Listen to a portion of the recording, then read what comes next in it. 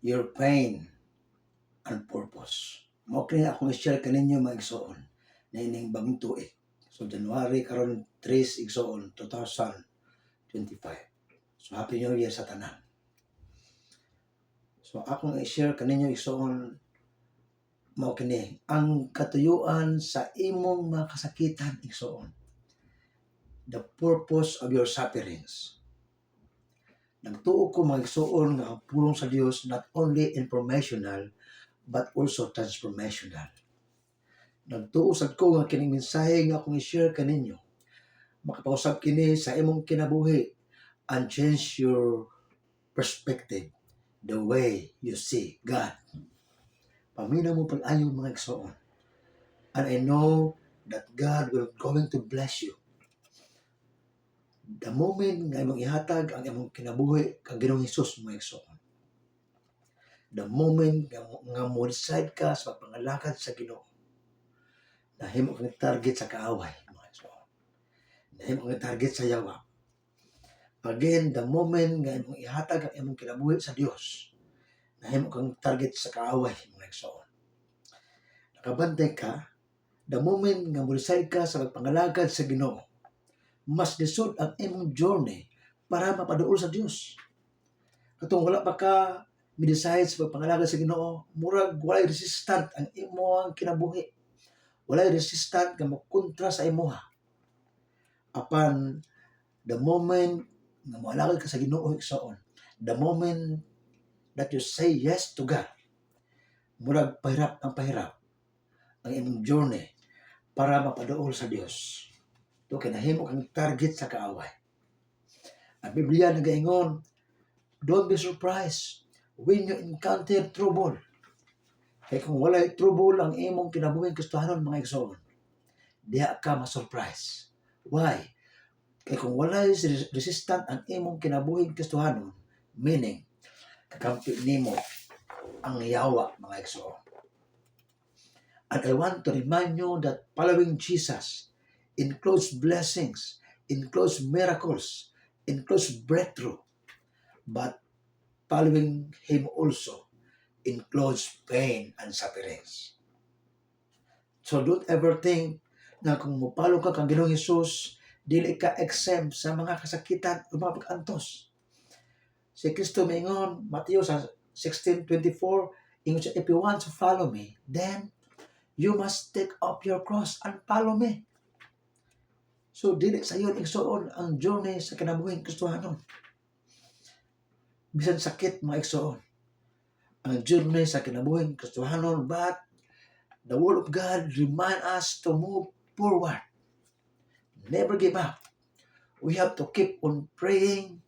We have to keep on believing. And we have to keep on moving. Tungkol kay adunay giandam sa Dios igsoon. Kung kita mula hutay sa pagpangalagan niya. Continue in serving the Lord in spite of trouble and challenges nga maabot igsoon sa imong kinabuhi. Ayaw pag-surrender igsoon sa imong gustuhanong kinabuhi igsoon. We have to display an overcoming attitude. Overcomer attitude like King David. Nga bisan pag adunay gulayat nga higante sa iyang atubangan mga igsoon, wala siya nagpadao, wala siya na-intimidate. Tungod kay taliwala sa atong giagian igsoon nga mga troubles, ang saa sa Dios nganhi kanato ato gayong maangkon mga igsoon. Our God is a promise keeper. Kung unsa ang iyang gisaad nimo og nako mga igsoon, iya jud kinang tumanon mga igsoon. Mahimo sa Dios igsoon ang tanang butang. He is able. Apan adunay butang at dili niya mahimo mga igsoon.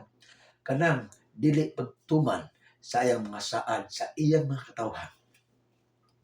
Again, when you serve the Lord, you become the target of the enemy.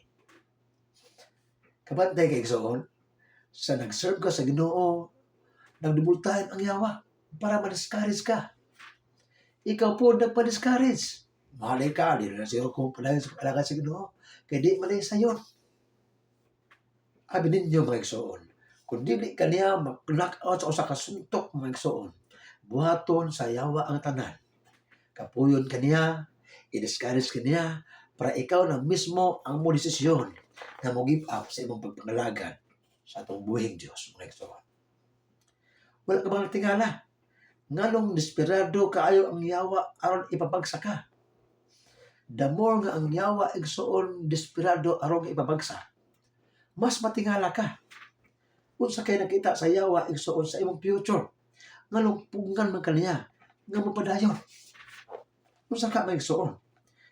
Dili niya gusto igsoon nga ikaw o ako mapadayon sa pagpangalaga sa Dios. Tungod kay aduna siya nakita igsoon nga nindot sa unahan sa imong kinabuhi igsoon. Mao kana mga igsoon. Hinumdumi kung unsa ka nindot ang purpose sa Dios sa imong kinabuhi. Kung unsa ka nindot sa destiny nga giandam sa Dios para nimo igsoon. Grabe pod ang pain ug sufferings nga imong masinati sa imong gustuhanong kinabuhi. Kabulo ang yawa nga kung mapalahig ka sa pangalagad sa Ginoo, dako ka potensyal na magamit para sa expansion sa gingharian sa Dios. Munang pungan kaniya igsoon para dili matuman o ma-fulfill kung unsay destiny sa Dios para nimo. Hinumdumi mga igsoon. Kung matindi ang purpose mo, matindi rin ang pagdadaanan mo mga igsoon. Una igsoon, sa atong pagpangalagad sa Ginoo igsoon, there must be a pressing and crushing process igsoon sa atong mga kinabuhi. Ang limon igsoon di nimo makuha ang Dios kundi nimo pug-on. Ang lubing nga kinago di nimo igsoon makuha ang tulo kundi nimo pug-on og ayo mga igsoon. So kung adunay pagpuga igsoon sa atong kinabuhi, aya pa nato igsoon makuha ang mga benefits. So if you want a benefits igsoon in serving the Lord, sometimes you need to be pressed and crushed. Kung moagi ka igsoon, mapagtayo igsoon sa imong kinabuhing Kristohanon, ang imong endurance magkataas, igsoon mulikon ka. So kung naa may laing pagtayo igsoon na maamot igsoon sa imong kinabuhi, di na ka igsoon matarog kay nakaagi na ka. Again, ang tanan natong magian ng mga pain o sufferings igsoon as we serve the Lord, that's only a temporary. And that's only for a season mga igsoon. Kabulutan nga dili panghabang buhay ang mga kasakitan o mapapuga sa atong kinabuhing Kristohanon. Tuloy kay dili ka na maang purpose sa Dios igsoon nimo igsoon ug nako. Dili ka na mo destiny sa Dios para nimo ug nako mga igsoon. So even though the enemy wants to afflict you, even though the enemy wants to destroy your testimony and your integrity, pag-ulawan makasayawa igsoon. Pag-ulawan ka niya, apan kahibalo ka mga igsoon, nga dili kini panghabang buhay, to kay dili kini mo ang destiny sa Dios para nimo mga igsoon. Si Jesus miingon sa John 16:33, ingon siya, I have told you these things so that in me you may have peace. In this world you have many troubles, but take heart, I overcome the world. Mukha mga igsoon. Again, ang atong pag-alagad igsoon sa Dios, di lamang taman sa I have decided, kundi determinado ta nga mo follow kang Christ igsoon, come what may.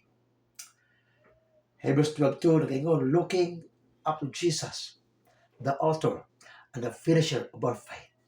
Mao kana may igsoon. We know that life can be brutal sometimes, but it doesn't mean nga gikarinta na ka sa Ginoo mga igsoon. Hebrews 13:5 nakaingon dina, I will never leave you nor forsake you.